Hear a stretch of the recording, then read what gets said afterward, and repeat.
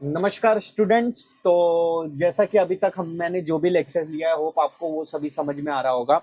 और जैसा कि कल मैंने आपको बताया था कि आज हम लोग जो आर्टिकल 17 है वो पढ़ने वाले हैं। लेकिन उससे पहले मैं वापस से वही रिक्वेस्ट करता हूं, अगर आप इसके पहले के जो भी लेक्चर्स है, अगर आपने वो सारे लेक्चर्स नहीं देखा है तो मैं रिक्वेस्ट करूंगा कि वो सारे लेक्चर्स आप देख के तभी वन बाय वन जो भी हैं वो लेक्चर्स अटेंड करें। तो आज हम लोग क्या पढ़ने वाले हैं? आर्टिकल 17। ठीक है, अनुच्छेद 17। ठीक है, अनुच्छेद 17 जो है वो क्या बोलता है? अनुच्छेद 17 के अनुसार अस्पृश्यता का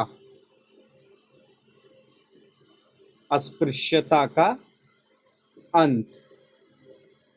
ठीक है, अस्पृश्यता का अंत, एबॉलिशन ऑफ अनटचेबिलिटी, यानी अस्पृश्यता का अंत, जिसे क्या बोला जाता है देसी लैंग्वेज में अगर बात करोगे तो,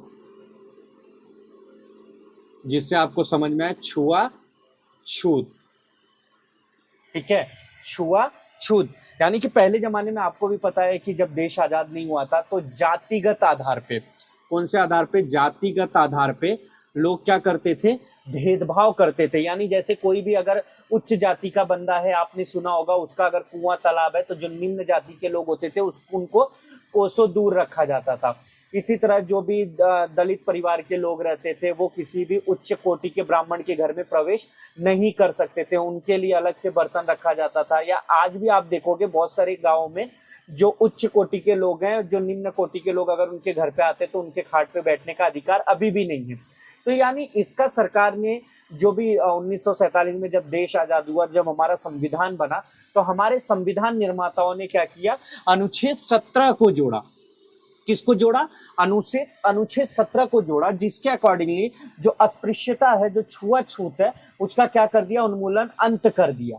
ठीक है, यानी आर्टिकल 17 जो है, इससे ज्यादा क्वेश्चन नहीं आते, फिर भी ये पढ़ना इसके लिए जरूरी है कि हो सकता है आने वाले समय में यूपीएससी अपने दिमाग में ऐसा लेकर आए कि जातिगत आधार पर चुनाव बहुत हो रहे हैं और इस समय ये विवादित मुद्दा भी चल रहा है हिंदू मुस्लिम, तो धार्मिक आधार पर ना पूछते हुए वो एक बार जातिगत छुआछूत या अस्पृश्यता के आधार पर कुछ भी क्वेश्चन, टीका टिप्पणी कर सकता है। तो इसीलिए मैं बोलूंगा कि ये अनुच्छेद 17 को हम लोग अच्छे से पढ़ेंगे, ताकि अगर एग्जाम में इसका क्वेश्चन पूछ लेता है, अगर एग्जाम में नहीं पूछता है, पीटी में भी पूछता है, तो आपका कोई भी क्वेश्चन मिस ना हो। ठीक है, तो ये अनुच्छेद 17 को आप लिख लीजिए। अस्पृश्यता का अंत किया जाता है और किसी भी रूप में आचरण निषिद्ध किया जाता है। अस्पृश्यता से उपजी किसी नियोग्यता यानी डिसेबिलिटी को लागू करना अपराध होगा, जो विधि के अनुसार दंडनीय है। तो यानी ये किसमें? अनुच्छेद 17 में दिया हुआ है। अगर आपको शॉर्ट में लिखना है तो शॉर्ट में लिख लीजिए। ठीक है, अगर आपको एग्जाम में भी लिखना है तो मैं तो बोलूंगा शॉर्ट में लिखो, इतना लंबा लिखने की जरूरत नहीं है। ठीक है, लिख दो। क्या लिखोगे शॉर्ट में? मैं लिख देता हूं मार्कर, आप शॉर्ट में लिखोगे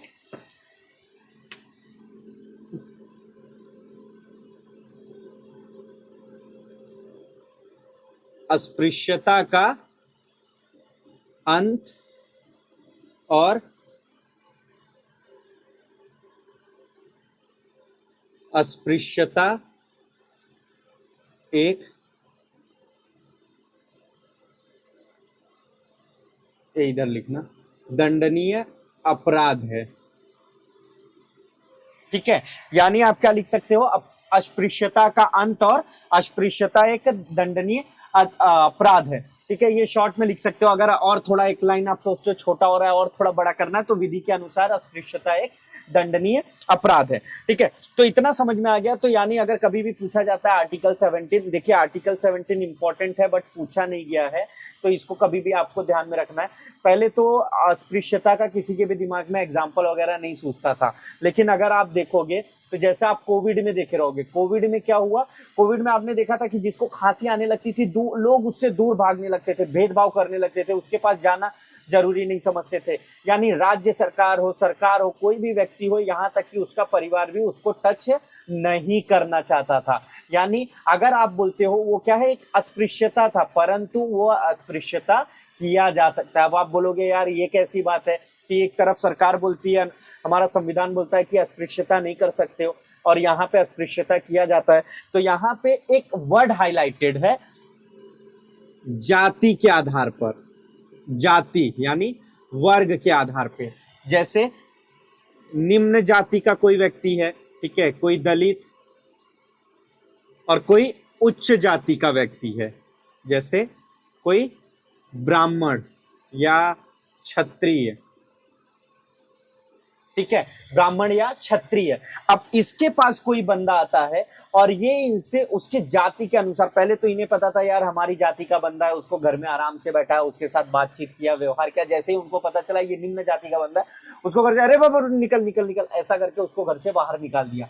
तो ये क्या हो गया, अस्पृश्यता हो गया। परंतु किंतु लेकिन मगर बट अगर इसको छोड़ के किसी बीमारी के वजह से अगर किसी के साथ भेदभाव किया जा सकता है तो वो अस्पृश्यता नहीं होगा। जैसे क्षय रोग में यानी टीबी रोग में भी लोग क्या करते हैं, लोगों से दूर रहते हैं। तो बीमारी में भी जैसे किसी को खांसी आ रही है तो खांसी के आधार पे उससे आदमी दूरी बना के रह सकता है। तो कोई भी आदमी केस उस पर नहीं कर सकता कि मुझे खांसी आ रही थी और ये मेरे से दूरी बना सकता है। तो इन सब संभावनाओं में क्या किया जा सकता है, अस्पृश्यता किया जा सकता है। लेकिन परंतु किंतु लेकिन मगर बट लेकिन किसी के जाति के आधार पर उससे अस्पृश्यता करना एक क्या है, कानूनी अपराध है, एक दंडनीय अपराध है। अब देखिए संविधान में जो है सिर्फ यही वर्ड दिया हुआ है, मतलब जो मैंने आपको सारांश बताया वो ही लिखा हुआ है, यानी इन शॉर्ट देखा जाए सिर्फ लिखा हुआ है अस्पृश्यता का अंत।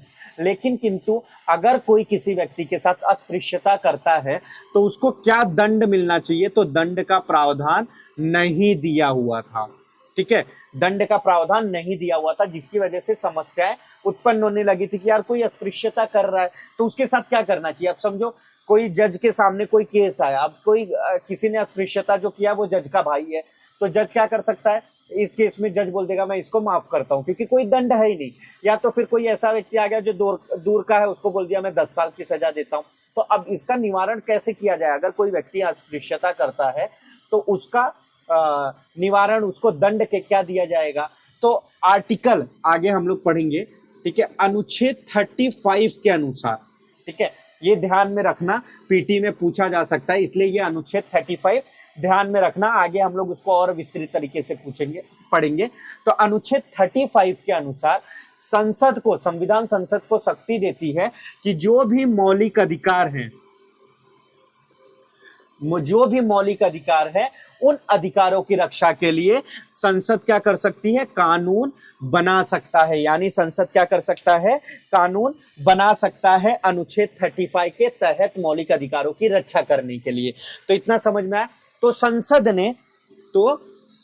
ने ठीक है, मैं ये सब लिखवाऊंगा, ये अभी आप नोट मत करो, पहले आप समझ लो, फिर मैं 1 बाय 1 स्टेप आपको लिखवाते भी चलूंगा। क्योंकि देखिए मेरा ये चैनल बनाने का सिद्धांत ही यही है कि मैं जो पढ़ाऊंगा उसको टॉपिक वाइज लिखवाते भी चलूंगा कि आप समझने के साथ साथ उनको प्रॉपर वर्ड में लिख सको जो आपके एग्जाम में काम आए, ठीक है। तो इसके लिए आपको टेंशन लेने की जरा भी जरूरत नहीं है, जो टेंशन है आप मुझे दो, आप सिर्फ समझो, ठीक है।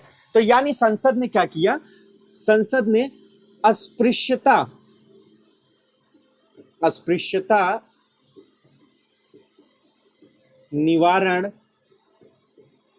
अधिनियम 1955 पारित किया। यानी संसद ने क्या किया, अस्पृश्यता निवारण अधिनियम 1955 पारित किया कि अगर कोई भी व्यक्ति किसी भी व्यक्ति के साथ, किसी भी व्यक्ति मतलब कोई एक ब्राह्मण सेम दल वाला सेम दल के साथ नहीं, जैसे एक उच्च दल का व्यक्ति, जैसे एक ब्राह्मण कोई अनुसूचित जाति वाले व्यक्ति के साथ क्या करता है, व्यवहार गलत करता है, भेदभाव करता है, छुआछूत करता है एक दलित व्यक्ति के साथ, तो उसको क्या होगा, सजा दिया जाएगा। यानी इस कानून के तहत, तो उन्होंने ये कानून बनाया। इसी के ठीक कुछ सालों बाद 1976 में, यानी 1976 में इसका नाम बदल के क्या रख गया, यानी 1976, अगर कभी भी पूछा गया तो ये दोनों नाम सेम ही है, ठीक है। इसका बस 1976 में नाम बदल दिया गया, इसका नाम रख दिया गया नागरिक अधिकार संरक्षण अधिनियम, नागरिक अधिकार संरक्षण अधिनियम, ठीक है, नागरिक अधिकार संरक्षण अधिनियम। ठीक है, यानी सिविल राइट्स प्रोटेक्शन एक्ट।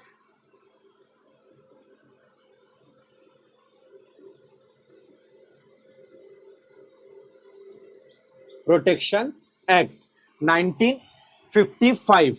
देखिए ये 1955 ही रहेगा क्योंकि इसका नाम चेंज किया गया, 1976 नहीं करना है इसको आपको, 1955, क्योंकि जो भी इसके अंदर कानून थे वो कानून किसके तहत थे सारे, वो 1955 वाला जो अस्पृश्यता निवारण अधिनियम था उसके ही तहत क्या थे, इसमें कानून थे। लेकिन यहाँ पे समस्या क्या होने लगी कि ये तो कानून तो बना दिया गया, अस्पृश्यता निवारण अधिनियम, ठीक है, उसके बाद पहले तो संविधान में दिया गया कि आपको कोई भी क्या करना है, किसी भी व्यक्ति के साथ भेदभाव नहीं करना है, साथ ही साथ इसका कोई अपवाद भी नहीं है, क्या नहीं है, अपवाद भी नहीं है, ठीक है, अपवाद भी नहीं है। इसका मतलब है कि कोई भी राज्य सरकार, कोई भी संघ की सरकार, कोई भी व्यक्ति, ठीक है, या अदर कोई भी हो, कोई भी व्यक्ति अस्पृश्यता नहीं कर सकता है, यानी इसका कोई भी अपवाद नहीं है। किसी भी केस में, किसी भी सिचुएशन में, किसी भी परिस्थिति में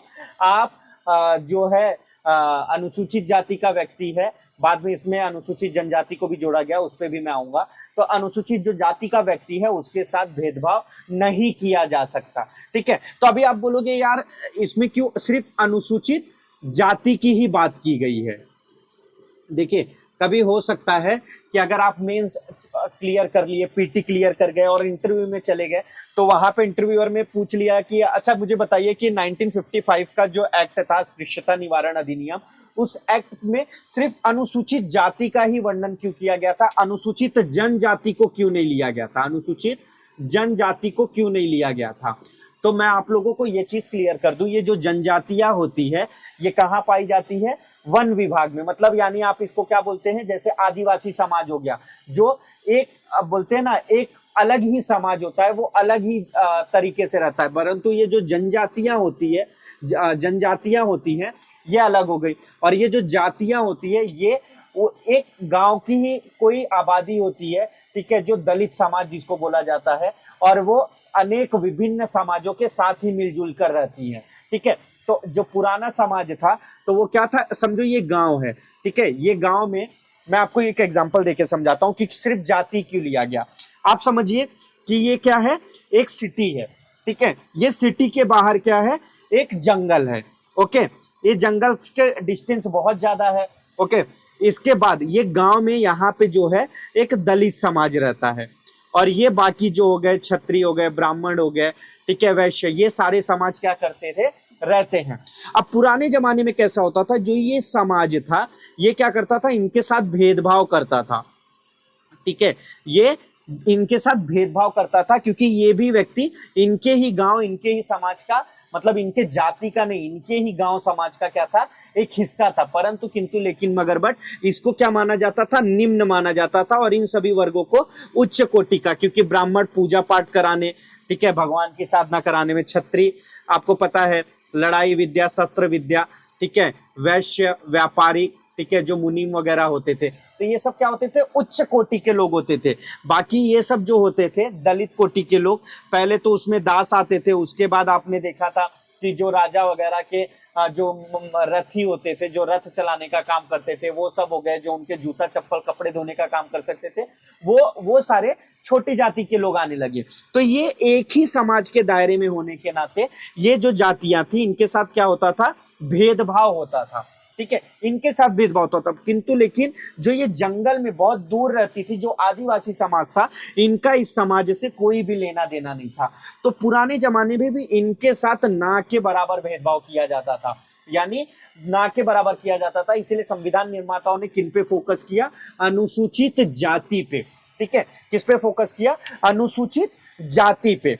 किंतु 19 ये भी याद रखना आपको, 1989 में संसद ने अनुसूचित जनजाति को भी क्या कर लिया, ऐड कर लिया, संसद ने अनुसूचित जनजाति को भी ऐड कर लिया, ठीक है, संसद ने अनुसूचित जनजाति को भी ऐड कर लिया, और संसद ने क्या बनाया, अनुसूचित जाति तथा अनुसूचित जनजाति, ठीक है, आगे उसके आगे ही लिखते चलना, ठीक है, अनुसूचित जाति, अनुसूचित जनजाति उत्पीड़न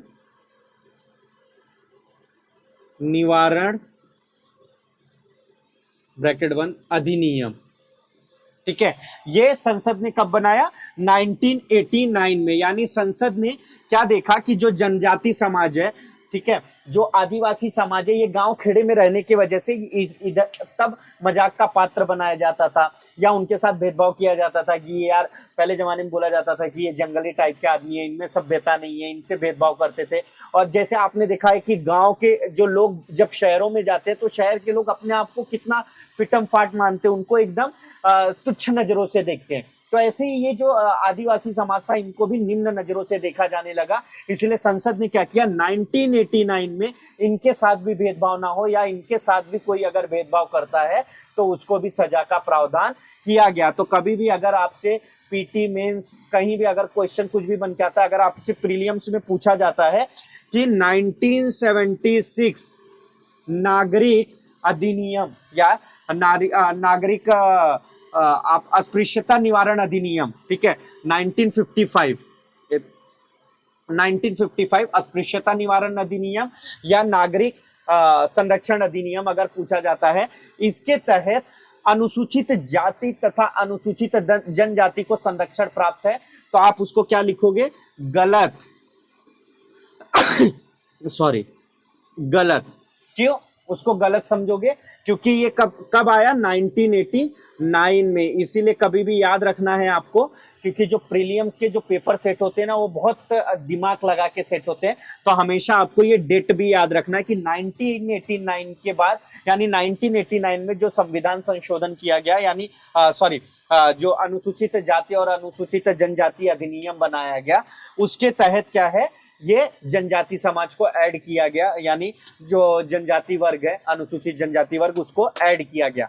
तो आपको दिमाग में याद रखना है कि पहले क्या हुआ, हमारे संविधान में क्या आया? आर्टिकल 17, जिसके अकॉर्डिंगली अस्पृश्यता का अंत किया गया।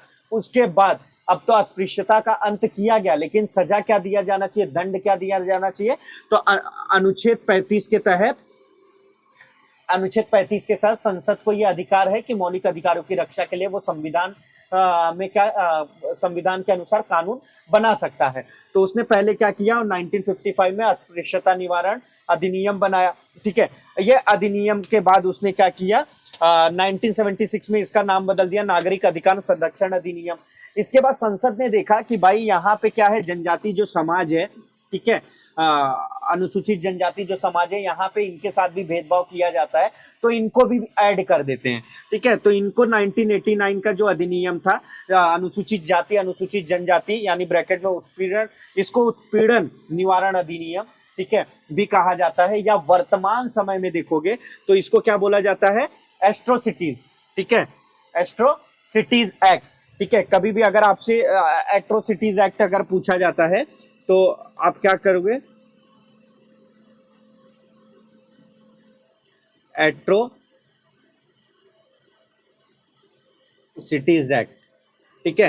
एट्रोसिटीज एक्ट वर्तमान समय में आपने सुना होगा कि इनके ऊपर एट्रोसिटीज लग गया, तो एट्रोसिटीज एक्ट ही आपका क्या है? अनुसूचित जाति तथा अनुसूचित जनजाति अधिनियम 1989, यानी उत्पीड़न निवारण अधिनियम 1989। यही है जो क्या करता है, जो अनुसूचित जाति अनुसूचित जनजाति है, इनके हितों की रक्षा करता है। तथा इसमें और एक कठोर कानून का प्रावधान किया गया, यानी जब 1976 के पहले, यानी ये जो 1955 का अधिनियम था, इसको तो लागू तो कर दिया गया, लेकिन जो गांव समाज के जो एकदम प्रबल व्यक्ति होते थे, जो दबंग टाइप के व्यक्ति होते थे, जो मुखिया टाइप के व्यक्ति होते थे, वो लोग क्या करते थे? लोगों पे अत्याचार भी करते थे और कोई गवाह सबूत भी नहीं रहता था, क्योंकि वो बाहुबली होते थे। और क्या होता था? ये अस्पृश्यता बढ़ते ही जा रही थी। तो जब संसद ने देखा कि क्या करना चाहिए इनको, मतलब कैसे और संभालना है, तो बाद में इसको क्या कर दिया गया, बाद में इसमें जो है, इसमें गैर जमानत, यानी इसमें जमानत नहीं होगा, ठीक है, साथ ही साथ तत्काल गिरफ्तारी,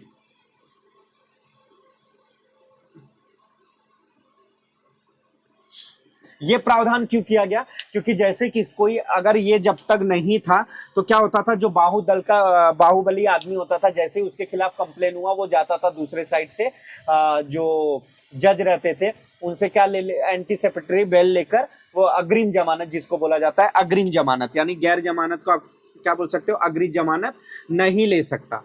ठीक है, तो पहले इन लोग क्या करते थे, अग्रिम जमानत ले लेते थे और जैसे ही पुलिस इनके पास पहुंचती थी आपके खिलाफ आए, पहले दिखा देते थे भैया हमारे पास जमानत है।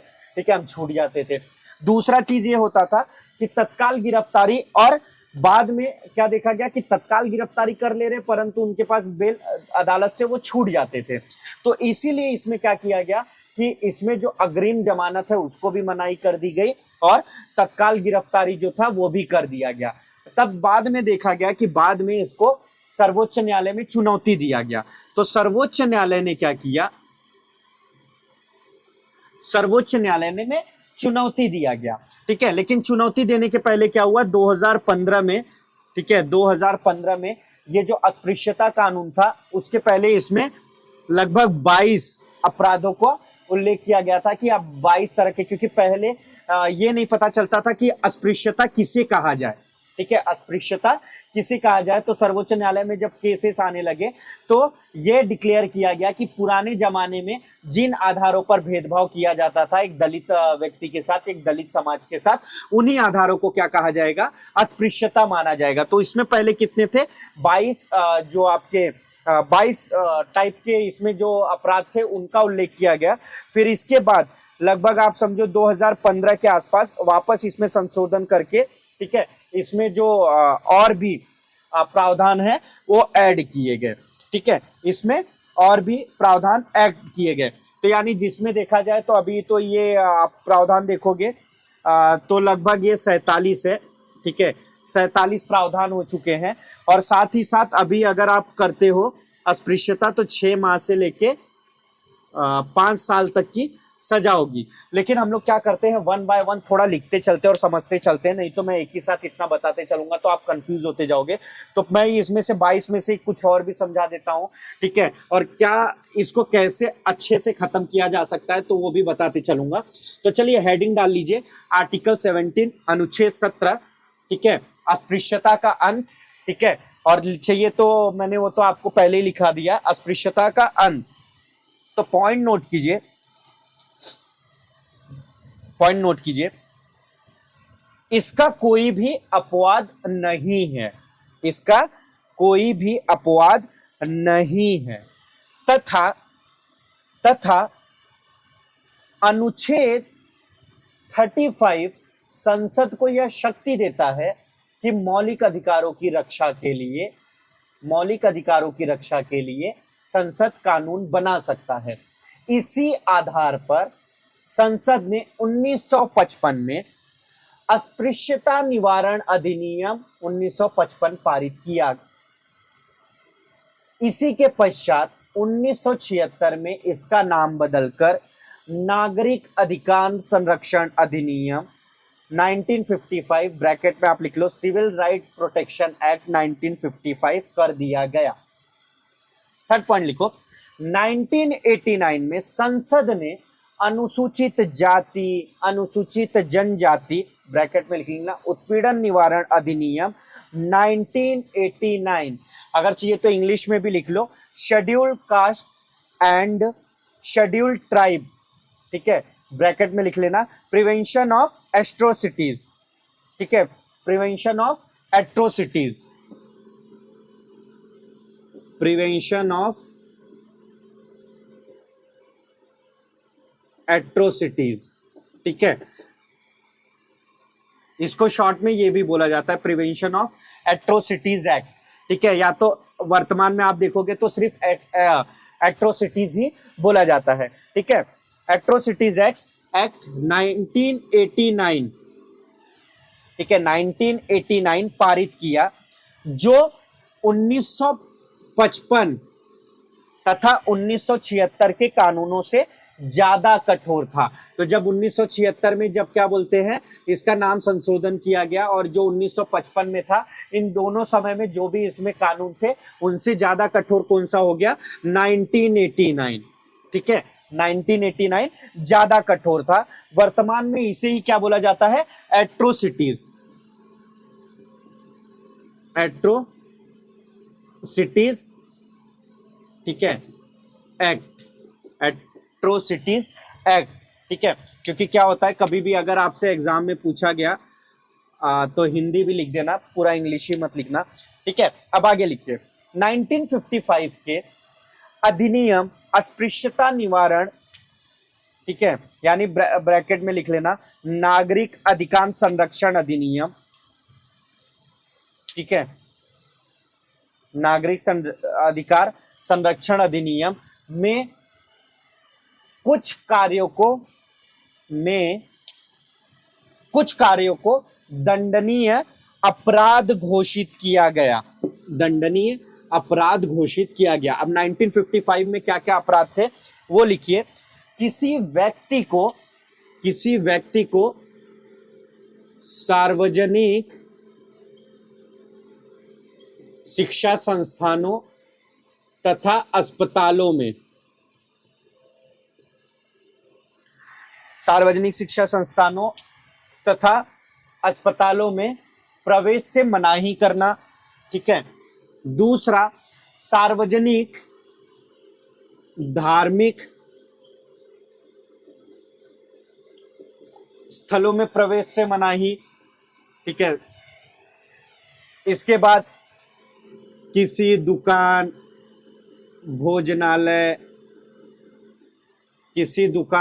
भोजनालय या सार्वजनिक मनोरंजन के किसी भी स्थान में प्रवेश से मनाही, ठीक है, प्रवेश से मनाही। नेक्स्ट लिखो, प्रवेश से मनाही किसी मार्ग, जलाशय, ठीक है, या तो आप यहां पे सार्वजनिक भी मेंशन कर लो क्योंकि आप प्राइवेट जगह पे नहीं जा सकते, ठीक है, लेकिन अगर वो सार्वजनिक जगह है तो किसी सार्वजनिक मार्ग, सार्वजनिक जलाशय या सार्वजनिक तालाबों, ठीक है, सार्वजनिक तालाबों तथा अन्य सार्वजनिक स्थानों पर प्रवेश से मनाही या प्रयोग से रोकना। तो ये सारी चीजें क्या है? ये सारी चीजें एट्रोसिटीज एक्ट ही है, ठीक है। यानी अभी कोई व्यक्ति बोलेगा कि यहाँ पे सार्वजनिक वर्ड क्यों हाईलाइटेड किया गया है? क्योंकि आप किसी के निजी प्रॉपर्टी में अगर आप दखल दोगे तो कोई भी भगा देगा। अब किसी का निजी तालाब है, निजी कुआं है, अब भले ही आप दलित समाज के व्यक्ति हो, आप जाके वहां पे मनमानी करना चाहते हो, आप उसके ऊपर एट्रोसिटीज लगाओगे तो ये गलत हो जाएगा क्योंकि वो निजी है। परंतु अगर कोई सार्वजनिक स्थान है, ठीक है, जैसे एक आपका मुंबई का जुहू का जो समुद्र है, ठीक है, वो सार्वजनिक प्लेस है, तो वहां के बीच में जाने से आपको कोई नहीं रोक सकता कि आपको बोल देगा यार आप दलित समाज से हो, निम्न जाति के हो। अगर ऐसा कोई करता है तो उस पे उस समय ये क्या, एट्रोसिटीज एक्ट लागू होता था। तो इतना समझ में आया, इसीलिए हमेशा सार्वजनिक वर्ड को क्या करके चलना है, आपको हाईलाइट करके चलना है, ठीक है। अब जब 1976 में इसका नाम बदल दिया गया तब उसके आगे लिखो, ठीक है। 1976 में नाम बदलने के साथ साथ, ठीक है, इसमें कुछ आचरणों को या कुछ क्षेत्र में इसको विस्तृत किया गया, जिसमें पहला आप लिख लो, अनुसूचित जाति के व्यक्ति को, मतलब अनुसूचित जाति के व्यक्ति को जाति आधार पर भेदभाव, ठीक है। अभी यहां से देखो क्लियर होना चालू हो गया कि पहले नहीं समझ में आता था किस आधार पे भेदभाव, कोई बीमार है, बुखार है, उस आधार पे, या आर्थिक रूप से भेदभाव, या किस आधार पे। तो यहाँ पे क्या क्लियर हो गया, जाति के आधार पर। अगर जाति के आधार पर किसी के साथ भेदभाव किया जाता है, वो भी कौन सी जाति, अनुसूचित जाति, अनुसूचित जाति, ठीक है। लेकिन अगर ये अनुसूचित जाति वाला व्यक्ति का बंदा अनुसूचित जाति वाले व्यक्ति के साथ अगर भेदभाव करता है तो उसके ऊपर एट्रोसिटीज एक्ट नहीं लागू होगा, क्योंकि वो सेम वर्ग है। ये लागू होने के लिए इससे उच्च वर्ग होना चाहिए, ठीक है। जैसे कोई ओपन कास्ट वाला बंदा ये क्या करता है, भेदभाव करता है, जैसे कोई ओबीसी वाला बंदा भी अगर इनके साथ भेदभाव करता है तो उसके ऊपर भी एट्रोसिटीज एक्ट लागू होगा, क्योंकि ये क्या है, उनसे निम्न जाति है, तो इनके जाति के आधार पर अगर इनसे भेदभाव किया जाता है तो उसको भी क्या दंड दिया जाएगा। दूसरा प्रत्यक्ष या अप्रत्यक्ष रूप से अस्पृश्यता को बढ़ावा देना।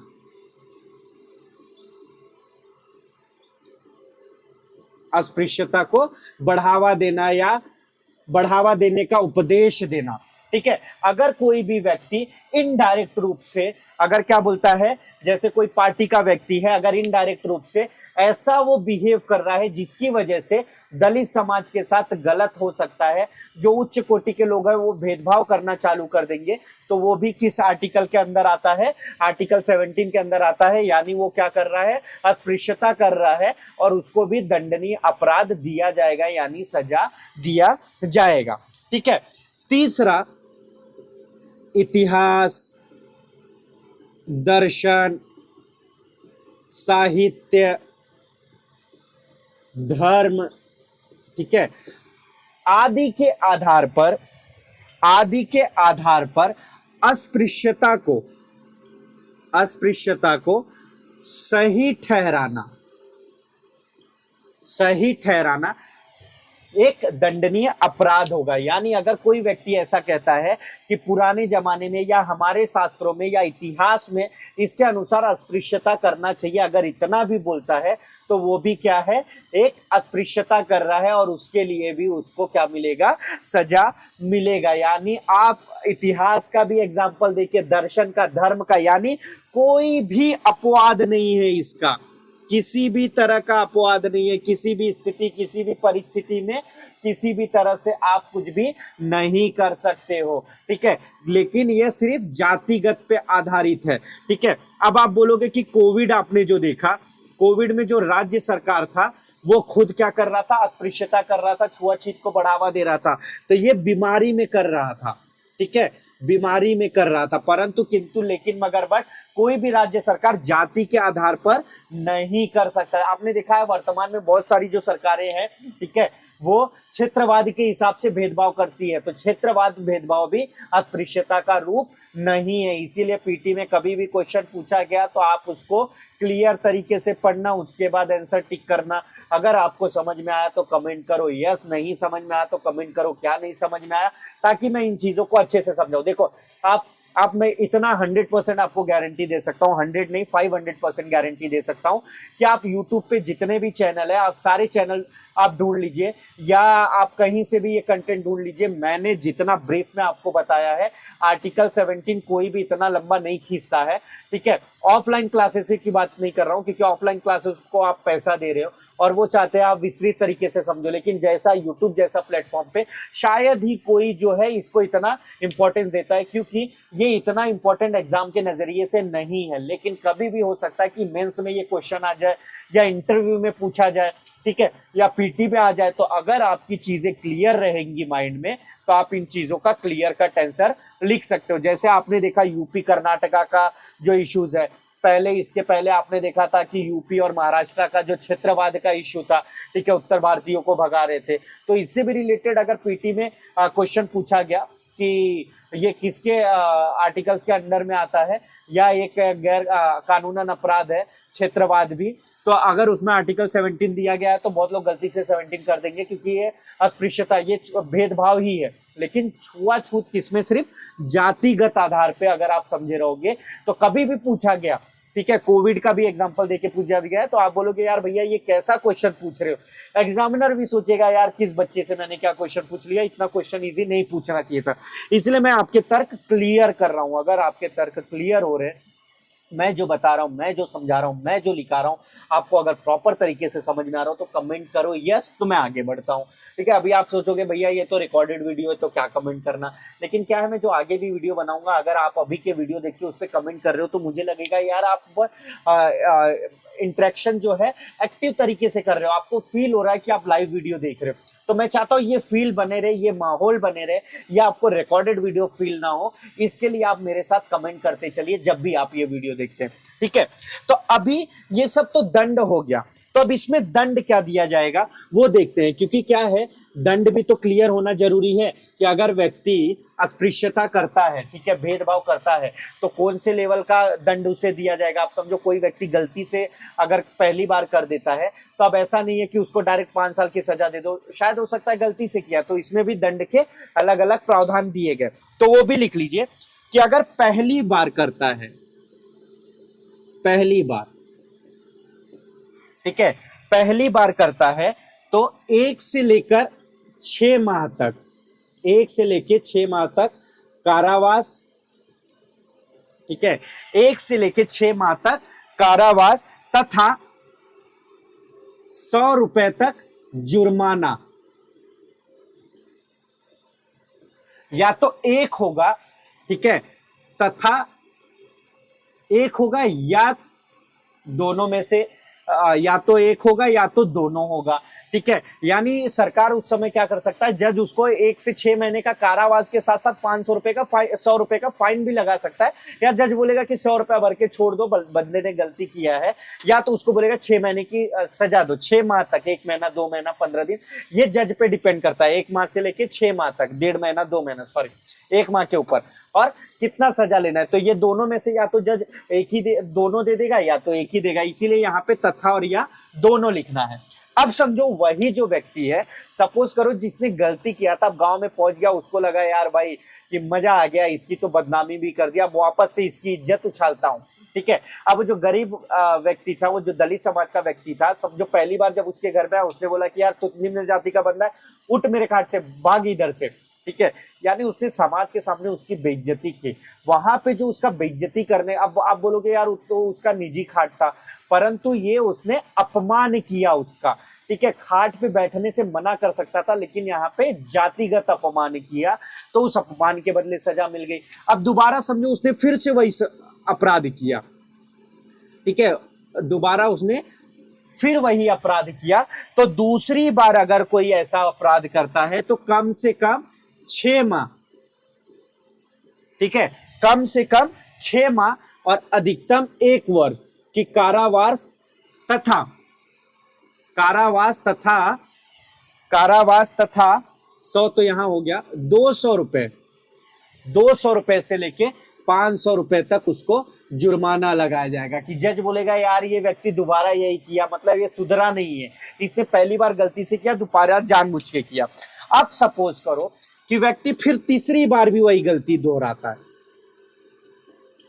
तीसरी बार भी वही गलती दोहराता है, तो 1 वर्ष से लेके, ठीक है, 1 वर्ष से लेके 2 वर्ष की सजा, साथ ही साथ 500 रुपए से लेके 1000 रुपए तक का जुर्माना, ठीक है, 500 रुपए से लेके 1000 रुपए तक का जुर्माना उस पे लगाया जा सकता है, ठीक है, उस पे जुर्माना लगाया जा सकता है। लेकिन जब 1989 का जो ये क्या बोलते हैं अधिनियम बना, तो उसमें क्या हो गया, ये 5 साल तक की सजा का प्रावधान है। तो ऐसा नहीं देखना है कि यार ठीक है 1 ही वर्ष का है तो ठीक है, 5 साल तक की सजा का भी प्रावधान है। तो हमेशा आपको ये क्या रखना है, ध्यान में रखना है, ऐसा नहीं है कि आप ये गलती कर दो, ठीक है। इसके बाद ये 1989 पे आ जाते हैं। 1989 में जब संसद द्वारा अनुसूचित जाति, आगे लिख लो, ठीक है, इतना अगर आपने लिख लिया, नेक्स्ट आप पॉइंट लिखो, संसद द्वारा पारित अनुसूचित जाति एवं अनुसूचित जनजाति अधिनियम 1989 की अब देखते हैं क्या विशेषताएं हैं, ठीक है। ये तो आपने देख लिया 1955 वाला और 76 वाला, ठीक है। अब 89 की क्या विशेषताएं थी, जिसको सबसे कठोर माना जाता है, वो भी पॉइंट लिख लीजिए। अगर हो सकता है आपको कभी मेंस में हुआ कि यार भाई इससे रिलेटेड क्वेश्चन नहीं पूछा जाता है, एग्जामिनर ने सोचा कि कोई बच्चा नहीं पढ़ता होगा इसको डिटेल में, चलो इस पे हम लोग क्वेश्चन ही पूछ लेते हैं। तो अगर उसने क्वेश्चन पूछ लिया और अगर आपने ये प्रॉपर समझ के रखा है, तो वो समझेगा यार ये बंदे को फंसाना चाहा लेकिन ये बंदा फंसा नहीं, मतलब बहुत टैलेंटेड बंदा है, तो आपको मार्क्स हंसते हंसते बाकी भी क्वेश्चन में मिल जाएगा। तो चलिए नोट कीजिए, ठीक है। आप अगर इसकी शुरुआत करनी हुई तो कैसे आप लिखोगे, नागरिक अधिकार संरक्षण अधिनियम 1955 केवल अनुसूचित जाति को ही संरक्षण प्रदान करता था। किसको? अनुसूचित जाति को। मैंने जो आपको गांव समाज का बताया, परंतु यह अनुसूचित जनजाति को संरक्षण प्रदान नहीं करता था। साथ ही साथ जो उच्च वर्ग के कॉमा दबंग वर्ग के, उच्च वर्ग के कॉमा दबंग, ठीक है, दबंग टाइप के लोग जो आप बोल सकते हो, जो दबंग तबका, या आप लिख सकते हो जो उच्च कुल के व्यक्ति होते थे, पावरफुल होने के नाते वो क्या करते थे, गवाहों का अभाव प्रस्तुत करा देते थे, या उनके अगेंस्ट गवाहों का अभाव हो जाने के कारण जो 1955 का यह कानून था, यह कठोरता से लागू नहीं किया जा सकता था। इसी को देखते हुए संसद ने 1989 में अनुसूचित जाति तथा अनुसूचित जनजाति, मतलब जनजाति को भी ले लिया, अधिनियम पारित किया। इसकी विशेषताएं निम्नलिखित हैं। तो पहली विशेषताएं क्या है? पहली विशेषता आप क्या लिखोगे कि यह अनुसूचित जाति और अनुसूचित जनजाति, ठीक है, अनुसूचित जाति और अनुसूचित जनजाति दोनों को क्या करता है? संरक्षण प्रदान करता है। दूसरा, इसमें 22 कार्यों, ठीक है, 22 कृत्यों को क्या किया गया? शामिल किया गया। तो आपको 22 कृत्य नहीं लिखना है, ठीक है, 22 कृत्य आप नहीं लिखोगे। आप इसमें लिख सकते हो बेगार कराना, मतलब काम कराना, ठीक है। अभी जैसे गांव में जबरदस्ती किया जाता था कि जो निम्न कुल का है, आपने बहुत सारी कहानियां पढ़ी होगी, उसको जबरदस्ती मुखिया ले जाकर काम कराते थे, उच्च वर्ग के लोग काम कराते थे और मनमाने ढंग से काम कराते थे, ठीक है। काम कराना, अपमानित शब्द बोलना या अपमान करना, ठीक है, अपमानित शब्द करना या अपमान करना, या वोट डालने का प्रेशर डालना, ठीक है। जैसे किसी को जाति आधार पे उस पे कोई निम्न वर्ग का है तो उस पे प्रेशर किया जाता था कि तू इसी को वोट डाल वरना तेरे को बताऊंगा। अब वो कमजोर व्यक्ति है इसीलिए वो डरता था, ठीक है। वोट डालना, ठीक है, डालने का दबाव, या शारीरिक रूप से किसी भी तरह का प्रताड़ना, शारीरिक रूप से किसी भी तरह की प्रताड़ना। शारीरिक रूप से कैसा हो गया? उससे बोझ ढुआई या उसके साथ अभद्र व्यवहार या कुछ भी। जैसे आप पहले देखते थे कि जो दलित समाज की औरतें होती थी उनको स्तन ढकने का अधिकार नहीं था, ठीक है। पुराने जमाने की आपने कहानियां पढ़ी तो बहुत गंदी गंदी प्रथाएं भी थी। तो ये सब क्या था? एक अस्पृश्यता था, ये भेदभाव ही था, ठीक है।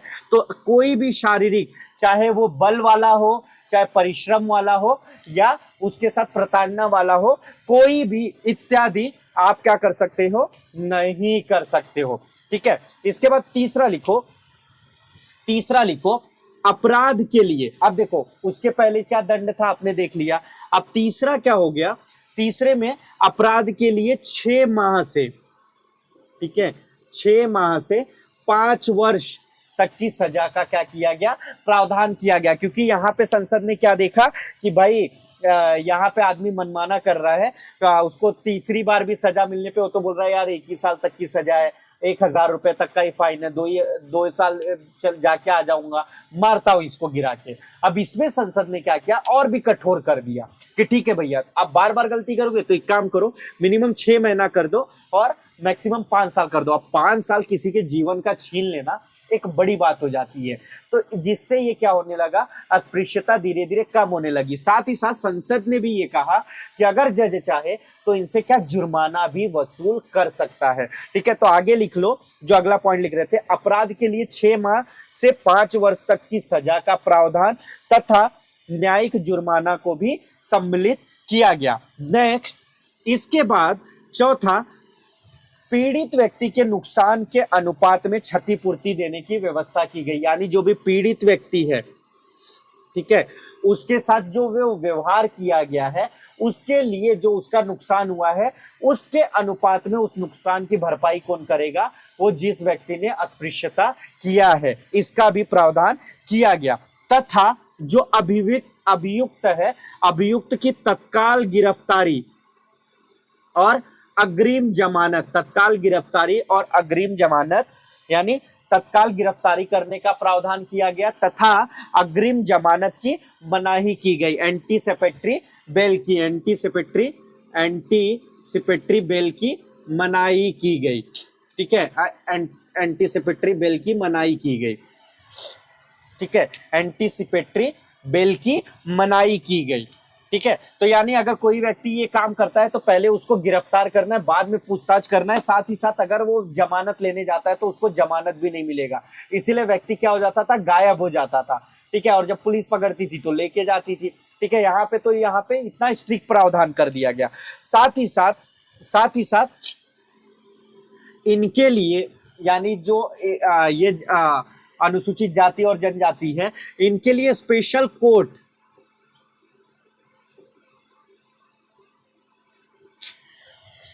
कोर्ट भी बनाने का प्रावधान किया गया। स्पेशल कोर्ट बोल सकते हो, स्पेशल पुलिस सेवा।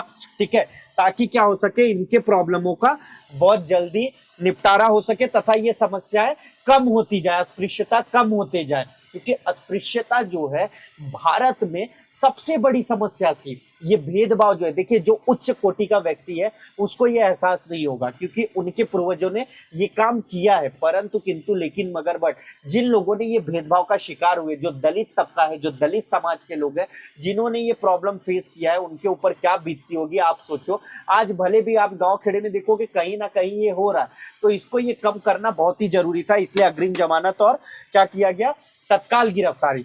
अब इतना जब कड़क लॉ हो गया तो इसको क्या किया गया, चुनौती दी गई। तो लिखो नेक्स्ट पॉइंट में, 2015 में इस कानून में, ठीक है, 2015 में, अभी देखिए 2015 आ गया। ठीक है, 1989 के बाद 2015 आ गया। यहां तक कि 2012 में जो देश के प्रधानमंत्री थे उस समय, कौन थे आपको भी पता है। ठीक है, 2014 से कौन है वो भी आपको पता है। ठीक है, तो एक तो बोलते नहीं तो एक तो हद से ज्यादा बोलते।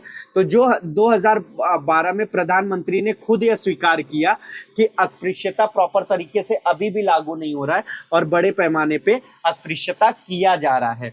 2015 में इस कानून में संशोधन किया गया। किसमें, 1989 का जो कानून था, अनुसूचित जाति अनुसूचित जनजाति, ठीक है, उत्पीड़न निवारण अधिनियम, जो 1989 था, उसमें क्या किया गया, थोड़ा संशोधन किया गया, उस कानून को संशोधित किया गया। तो संशोधित करके जो 22 प्रकार के कृत्य थे उसको 47 प्रकार कर दिया गया, क्योंकि 89 से लेके 2015 तक और भी कृत्य दिखे जो क्या कहलाते थे, छुआछूत कहलाते थे, भेदभाव कहलाते थे। तो उन सबको शामिल किया गया, यानी हो सकता है आने वाले समय में और भी कृत्य इसमें शामिल हो सकते हैं। तो ये मैक्सिमम नहीं है, ये तो और भी बढ़ सकते हैं। ठीक है, कि कौन सा आदमी किस हिसाब से भेदभाव कर रहा है। तो लिख लो, 2015 में इस कानून में संशोधन कर कुछ और प्रावधान जोड़े गए। जैसे पहला, अत्याचारों की संख्या 22 से बढ़ाकर 47 कर दी गई तथा इस मामले के शीघ्र निपटारे के लिए fast track court,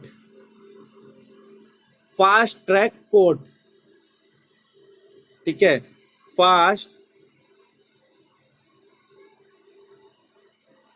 track court, ठीक है, फास्ट ट्रैक कोर्ट बनाने का निर्देश दिया गया या गठन किया जाएगा, कहा गया। ठीक है, यानी फास्ट ट्रैक कोर्ट बनाना है और 42 प्रकार से 47 प्रकार के कृत्य इसमें शामिल किए गए, यानी इसको और कठोर बना दिया गया। लेकिन देखिए, ये जो अस्पृश्यता है, ठीक है, ये क्या है, इंटेंजिबल है। ये कैसे बिहेव किया जा रहा है ये दिखाई नहीं दे रहा है, फील किया जाता है बहुत सारे टाइम।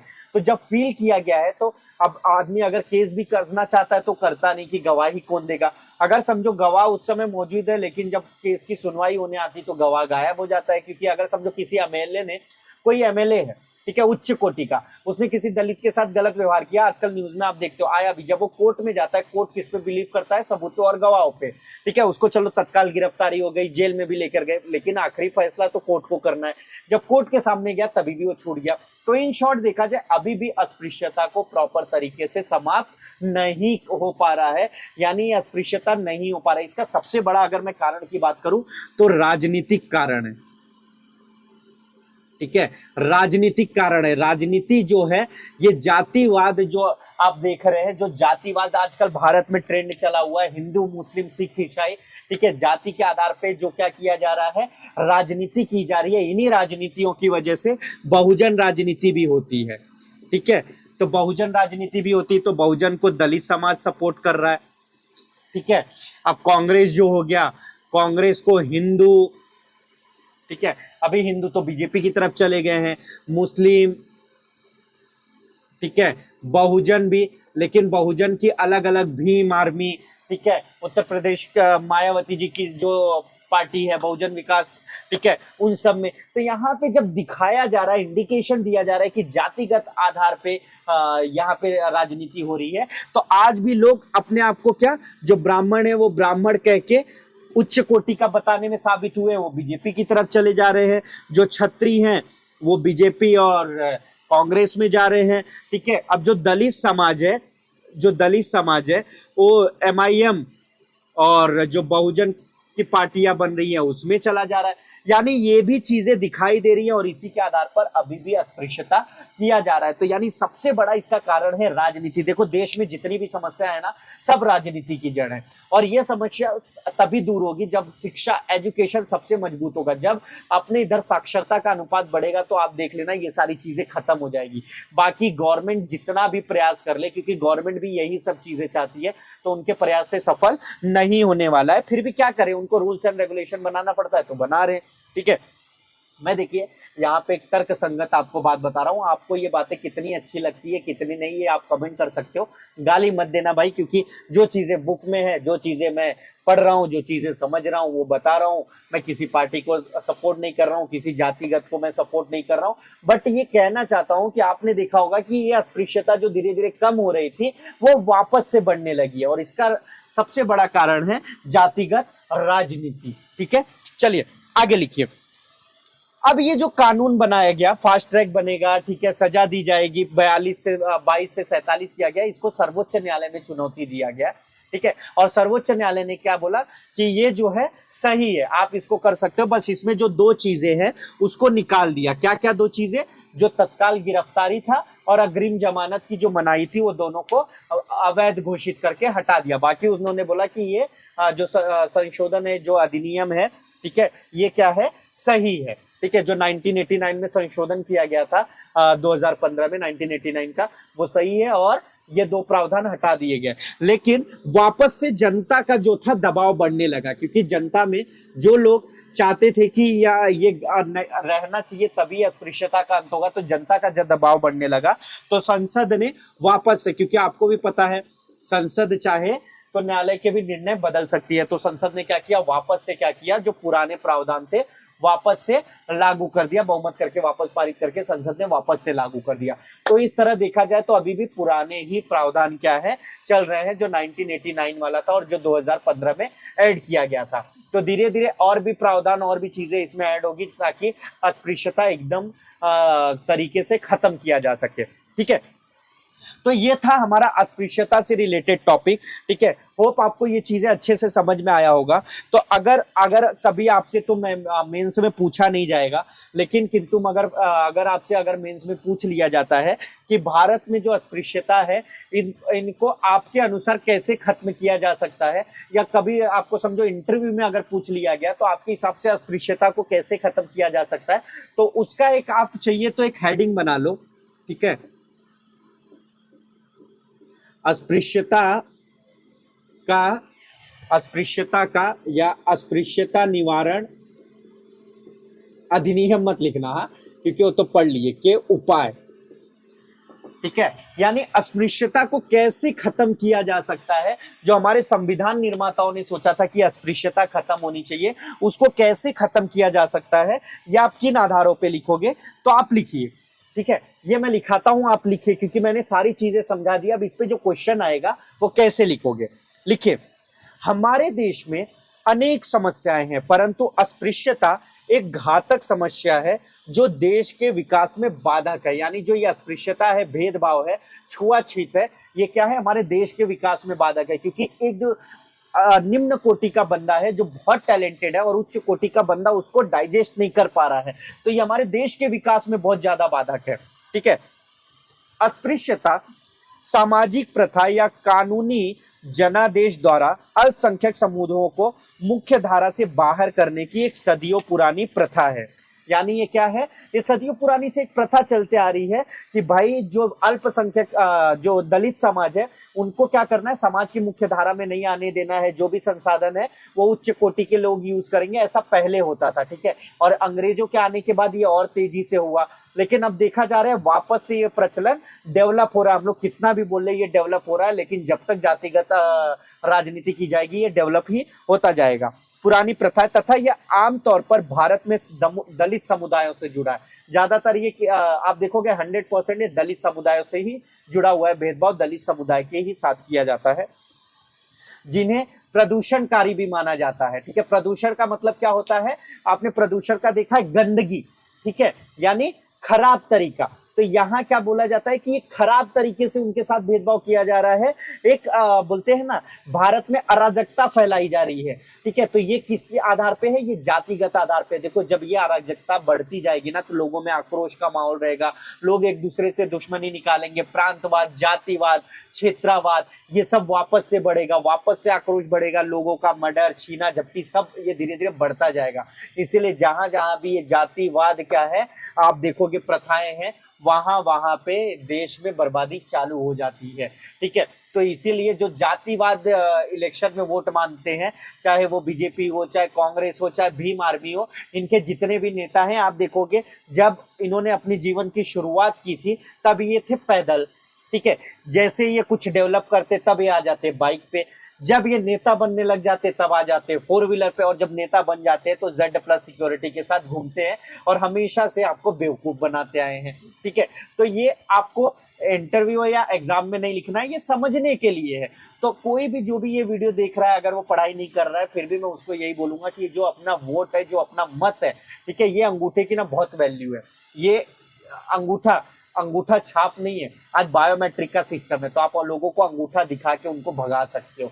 ठीक है, तो हमेशा आपको किस पे बात करना है वो मैं अभी बताऊंगा आपको। ठीक है, आगे लिखिए, संविधान द्वारा संसद को संविधान द्वारा तथा, या लिखो संविधान तथा संसद द्वारा भारत में अस्पृश्यता पर रोक तो लगाया जा चुका है, परंतु व्यवहारिक रूप में यह अभी भी खत्म नहीं हुआ है, जिसे 2012 में प्रधानमंत्री ने खुद स्वीकार किया था। इसलिए भारत में अस्पृश्यता को पूरी तरह से खत्म करने के लिए निम्न उपाय किए जा सकते हैं, या निम्न उपाय किया जाना चाहिए, या आपको जो भी लिखना है या लिख सकते हो, या निम्न उपाय किए जा रहे हैं लिख लियो। ठीक है, किए जा रहे हो लिखोगे तो और पॉजिटिव हो जाएगा, वाइब करेगा कि भाई ये चल भी रहा है। ठीक है, लेकिन इनको आपको दिखाना है कि और अच्छे से एप्लीकेबल करना चाहिए। तो क्या क्या उपाय किए जा सकते हैं, शिक्षा का, ठीक है, जाति आधार आरक्षण जो कि दिया जा रहा है जरूरी है, लेकिन जिसको जरूरी है उसको, ठीक है, जाति प्रथा का उन्मूलन, ठीक है, जाति प्रथा का उन्मूलन, ठीक है, इसके साथ राजकीय पदों पे नियुक्ति, राजकीय पदों पे नियुक्ति, ठीक है, इसके साथ साथ रोजगार तथा व्यवसाय में सहयोग, ठीक है, और आर्थिक विकास, आर्थिक विकास। तो चाहिए तो मैं इनमें से 2 पॉइंट आपको लिखा देता हूं। ठीक है, एक शिक्षा लिख लीजिए और एक जाति प्रथा उन्मूलन लिख लीजिए। ठीक है, ये दोनों थोड़ा मुझे ज्यादा इंपॉर्टेंट लग रहे हैं। तो आप पहला हेडिंग डालिए शिक्षा। शिक्षा एक महत्वपूर्ण जरिया है जिसके तहत समाज में जागरूकता लाई जा सकती है। शिक्षा को अधिक महत्व देते हैं सरकार को शिक्षा को बढ़ावा देना चाहिए तथा पिछड़े वर्गों को आरक्षण के माध्यम से जहां प्रवेश मिलता है वहां उनके साथ भेदभाव ना हो, उसका ध्यान रखना चाहिए, जिससे समाज में बंधुत्व की भावना बढ़ेगी।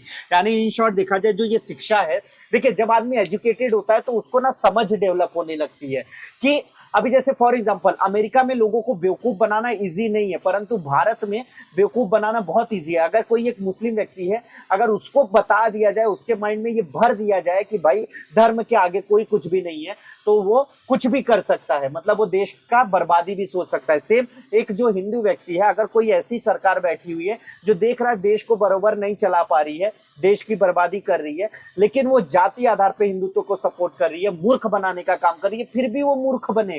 ठीक है, सेम चीज आप देखोगे जो दलित समाज है भारत में, एक दलित नेता पैदा होता है उनके बीच से, वो बोलता है कि मैं बहुजनों को सपोर्ट करूंगा, और उनका उपयोग करके वो क्या करता है, उनके सर पे पैर रख के वो आगे बढ़ जाता है और उनका परिवार डेवलप हो जाता है, वो नेता बन जाते हैं, मुख्यमंत्री बन जाते हैं, ठीक है, मिनिस्टर्स बन जाते हैं, और वो दलित समुदाय, वो मुस्लिम समुदाय, वो हिंदू समुदाय उसी जगह स्ट्रगल करता है, पीढ़ी दर पीढ़ी उनके घर में भूखमरी बीमारियां से ग्रस्त होते जाते हैं, फिर भी वो क्या कहते हैं, मैं धार्मिक हूं। अरे भैया धार्मिक बनो, धर्म की रक्षा के लिए बनो, धर्म की रक्षा करो। कोई आपकी धर्म की मनाही करता है तो उसके खिलाफ खड़े हो, परंतु कोई आपको बोलता है मैं आपकी धर्म की रक्षा करूंगा, तो यार आप इतने तो कायर तो हो नहीं मेरे हिसाब से।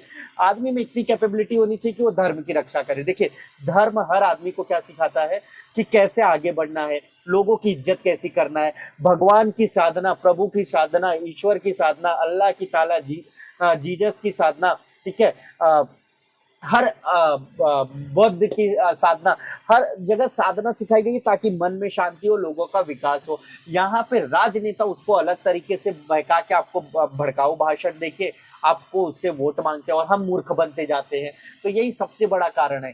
तो जब ये शिक्षा दी जाएगी तो शिक्षा से आदमी को समझ में आता है कि भैया ये आदमी गलत बोल रहा है, इसने कोई डेवलपमेंट नहीं किया है, कुछ विकास नहीं किया है, इसने देश में कुछ काम नहीं किया है, इसने कोई योजनाएं नहीं लाई है, हमारे देश की उन्नति नहीं हो रही है, हमारा देश पिछड़ा जा रहा है। तो इससे क्या हो जाएगा, इससे ये हो जाएगा कि एक दिन हम क्या वापस गुलाम हो जाएंगे। तो हमको गुलामी नहीं करना है, अगर हम गुलाम हो गए तो हमारा धर्म तो बचेगा ही नहीं। ठीक है, तो एक धर्म की रक्षा के लिए एक स्वतंत्र देश बहुत जरूरी है। जो इंसान बोलता है कि भाई देश से पहले धर्म है, तो मैं बोल दूं अगर देश सलामत है तभी धर्म सलामत है, अगर धर्म सलामत नहीं है तो देश भी सलामत नहीं है, और देश भी सलामत नहीं है तो धर्म भी नहीं, दोनों इंटरलिंक है। तो आप अपने धर्म को बचाओ अपने हिसाब से, किंतु धर्म के आधार पे देश को मत चलाओ, देश और धर्म को दोनों अलग रख के चलो। ठीक है, जैसा संविधान निर्माताओं ने सोचा था। ये कब डेवलप होगा, शिक्षा के आधार पे डेवलप होगा। इसके साथ साथ जाति प्रथा उन्मूलन। ठीक है, नेक्स्ट पॉइंट लिखो, भारत में जाति एक बहुत बड़ी समस्या रही है। जब तक जाति को प्राथमिकता, जब तक जाति को चुनाव में प्राथमिकता अत्यधिक दिया जाएगा तब तक जातिगत भेदभाव कम होना कठिन है। साथ ही साथ हिंदू समाज में जाति आधार पर सदियों से अस्पृश्यता को बढ़ावा मिलता आया है।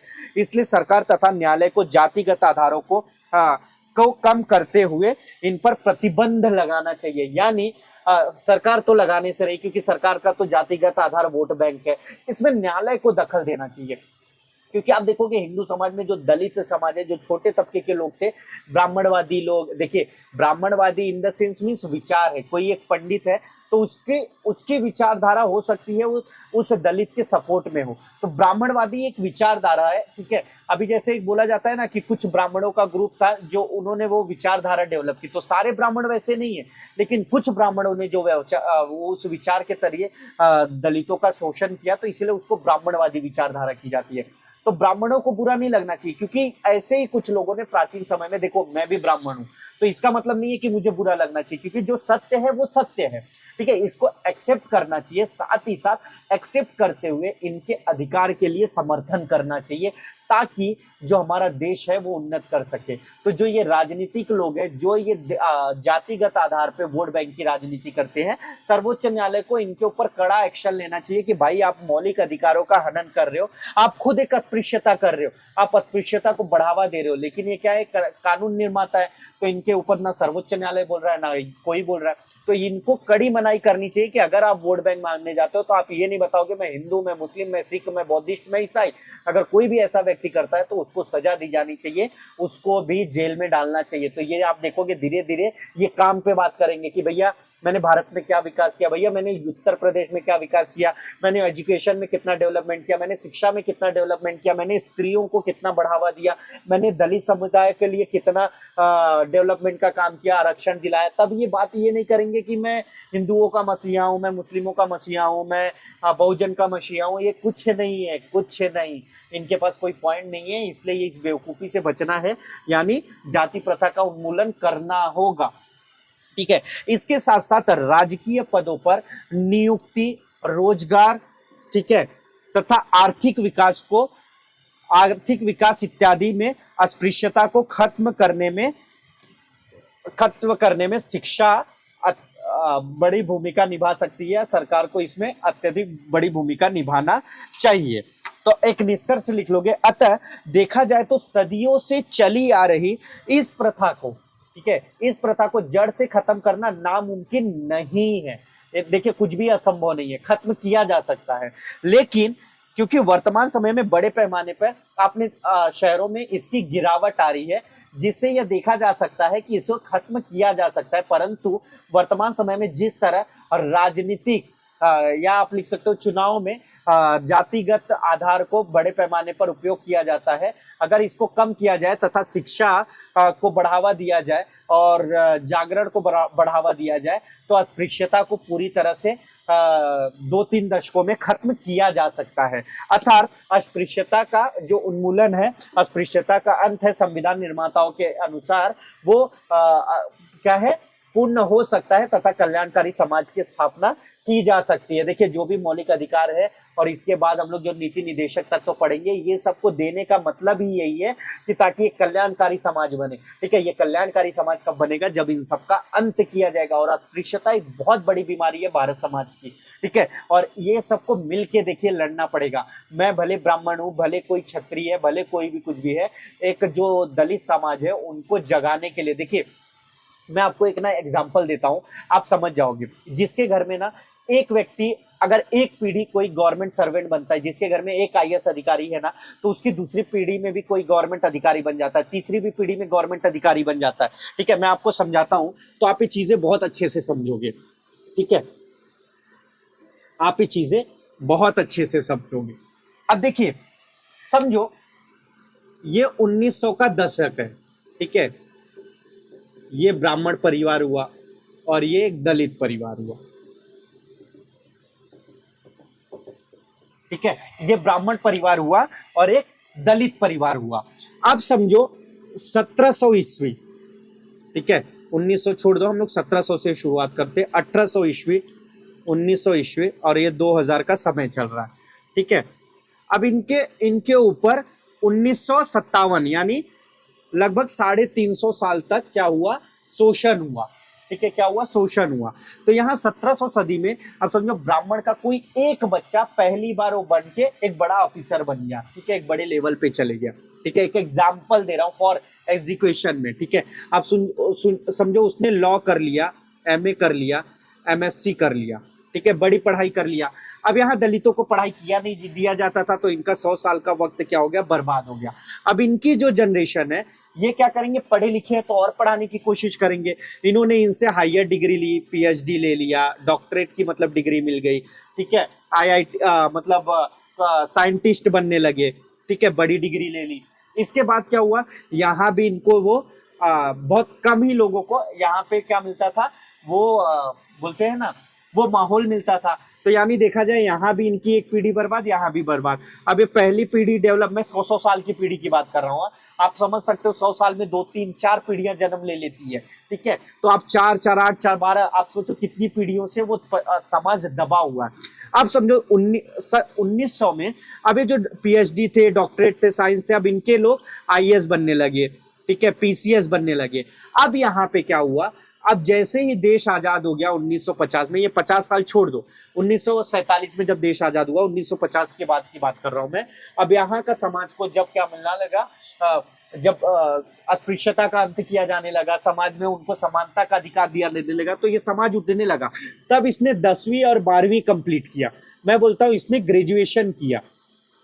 इसने ग्रेजुएशन किया, ठीक है। अब 2000 आते आते अभी जो आईएएस पीसीएस का बच्चा था, आप देखोगे इसके भी घर में कोई आईएएस में चले गया, कोई सेना में चले गया, आर्मी में चले गया, यानी ये 4-5 पीढ़ियों से इसका परिवार जो है डेवलप हो रहा है, ठीक है, डेवलप हो रहा है। प्लस यहाँ पे इसके परिवार में एजुकेशन के माध्यम से इसको शिक्षा दी जा रही थी, एजुकेशन के माध्यम से बताया जा रहा था कि बेटा एजुकेशन का महत्व क्या है, और एजुकेशन एजुकेशन एजुकेशन के जरिए उसकी पीढ़ी क्या कर ली, बहुत डेवलप कर ली। और यहाँ पे इसकी पहली पीढ़ी शुरुआत की है, यानी ये लगभग 250 साल पिछड़े हुए लोग हैं। अब बताइए, जिनके पास शिक्षा की 250 सालों की कमी है, वह समाज कितना कमजोर है, तो उसको कोई भी इजीली बेवकूफ बना सकता है। लेकिन जो ब्राह्मण, जो उच्च कोटि के लोग हैं, जिन्होंने शिक्षा, जिनकी पीढ़ियों में बसती है, जिनके बोलते हैं ना, जिनको शिक्षा का अधिकार था, ठीक है, जो इतना डेवलप कर चुके हैं, उनको इनको संभालना चाहिए। तथा ये जो 250 सालों का इन्होंने ज्ञान लिया हुआ है,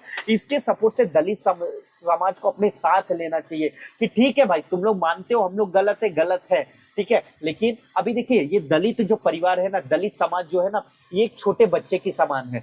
आप समझो ये पिता हो गए, ये आपका बच्चा हो गया, तो ये कितना भी गलती करे, ये इनकी जवाबदारी है कि भैया हमने 250 साल आपसे ज्यादा पढ़ाई की है, तो मैं इनको संभालूंगा, इनका शोषण नहीं होने दूंगा। और एक समय आ जाएगा ना कि ये जो जातिगत आधार पे लोग वोट बैंक की राजनीति करेंगे ना, ये समझ जाएंगे कि यार ये जो 250 सालों का जो ये ब्राह्मण, जो क्षत्रिय, जो वैश्य, जो एजुकेशन की पावर लिया है, जो बौद्धिक क्षमता है ना, अब ये दलितों में भी डेवलप कर रहा है। तो अगर मैं बात करूंगा जातिगत की, तो ये भी मेरे को वोट नहीं देगा, ये भी वोट नहीं देगा, तो मैं सत्ता में नहीं आ पाऊंगा। तो ये धीरे धीरे खत्म हो जाएगा। ये तभी पॉसिबल है जब शिक्षा को बढ़ावा मिलेगा। तो ये शिक्षा को बढ़ावा कब मिलेगा, जब सरकार चाहेगी, और सरकार तो तभी चाहेगी जब जाति के आधार पे आप वोट देना बंद करोगे। तो जाति के आधार पे वोट देना बंद करो। मेरी बस आपसे यही रिक्वेस्ट है, अगर आप पढ़ रहे हो, आप आईएएस बनते हो, नहीं बनते हो, आप जिस भी फील्ड में जाते हो, अगर आप ब्राह्मण, क्षत्रिय, वैश्य से बिलोंग करते हो, तो आप क्या करो, आप इन परिवारों को सपोर्ट करो, इन परिवारों को डेवलप करो। आप ऐसा नहीं है कि किसी बहुजन पार्टी, किसी भीम आर्मी के बोलते हैं ना, उनके लीडरों की बात सुन के आप भी एकदम गुस्से में आ जाओ कि है ये इसी लायक है, इनका अपमान किया जाना चाहिए, अब मेरे भी घर में आएंगे, इनको मैं नीचे ही बैठाऊंगा। नहीं, आपको ये नहीं करना है, क्योंकि वो इनका इस्तेमाल कर रहे हैं, फिर आप में और इनके में फर्क नहीं है। यानी अगर आप इनके साथ भेदभाव कर रहे हो, तो ये आपको गाली दे रहे हैं, तो वो सही है। तो आपको यहाँ क्या करना है, आपको इनको संभालना है, और इनके अधिकार के लिए आपको भी लड़ना है। तो ये शिक्षा बहुत जरूरी है। तो ठीक है, ये टॉपिक आज का बहुत लंबा हो गया, क्योंकि देखिए मैं क्या है ना, मैं कोई भी टॉपिक आपको पढ़ा रहा हूँ, दिल से पढ़ा रहा हूँ, ठीक है। मैं ये चाहता हूँ कि मैं जो भी चीजें आपको पढ़ाऊँ एकदम डिटेल में समझ में आए, आपकी चीजें क्लियर रहे, आपको कोई भी मतलब चीजों में कंफ्यूजन ना हो। और अगर जब आपको टॉपिक समझ में आएगा, तो आपके दिमाग से निकलेगा नहीं। और साथ ही साथ मैं इसीलिए लिखवाते हुए चलता हूँ कि आप एग्जाम में भी उसको अच्छी तरीके से लिख सको, ठीक है। तो अगर आपको ये मेरा समझ में आया होगा, आज का जो मेरा अनुच्छेद 17 था, अस्पृश्यता का अंत, अगर आपको अच्छी तरीके से समझ में आया, तो कमेंट करना यस समझ में आया। अगर मेरे मुंह से कुछ गलत बातें निकली होगी, या किसी को लगा होगा कि मैंने यार ब्राह्मण को क्यों इतना बोला, या बाप बेटे का क्यों एक रिलेशन बताया, तो बाप बेटे का रिलेशन जो दुनिया में है, वो सबसे अच्छा रिलेशन है, ठीक है। यानी बच्चा मतलब होता है एक छोटा व्यक्ति, और एक जो बाप मतलब होता है कि जो अपने आदर्शों को अपने बच्चे में डालता है। तो जो अगर ब्राह्मण समझते हैं हमारे पास बहुत नॉलेज है, तो आपको उन नॉलेज को उनको देना है, उनका डेवलपमेंट करना है। अभी भी बहुत सारे, मैं देखिए, मैं यूपी से बिलोंग करता हूँ, मैंने अपने गांव समाज में देखा है, आज भी दलित परिवार जो है बहुत पिछड़ा हुआ है। आज शहरीकरण में लोग बोलते हैं कि अरे आप कौन सा भेदभाव रह गया, लेकिन जो लोग गांव में नहीं रहे, उनको ये चीजें नहीं पता चलेगी। लेकिन आज भी आप जाके देखो, तो लोग समाज पिछड़ा हुआ है, तो इसको मिलके दूर करना पड़ेगा। तो चलिए, आज का लेक्चर बहुत लंबा हो गया, इसी के साथ आज के लिए बस इतना ही। अगर कुछ भी नहीं समझ में आया तो कमेंट करो। नेक्स्ट लेक्चर में हम लोग जो है थोड़ा फास्ट कवर अप करने की कोशिश करेंगे, लेकिन मैं नहीं चाहता कि मैं आपको फास्ट कवर अप करके आपकी लाइफ बर्बाद कर दूं, ठीक है। तो मेरा वीडियो आपको डिस्क्रिप्शन बहुत ज्यादा रहेगा, ताकि आपको चीजें समझ में आए।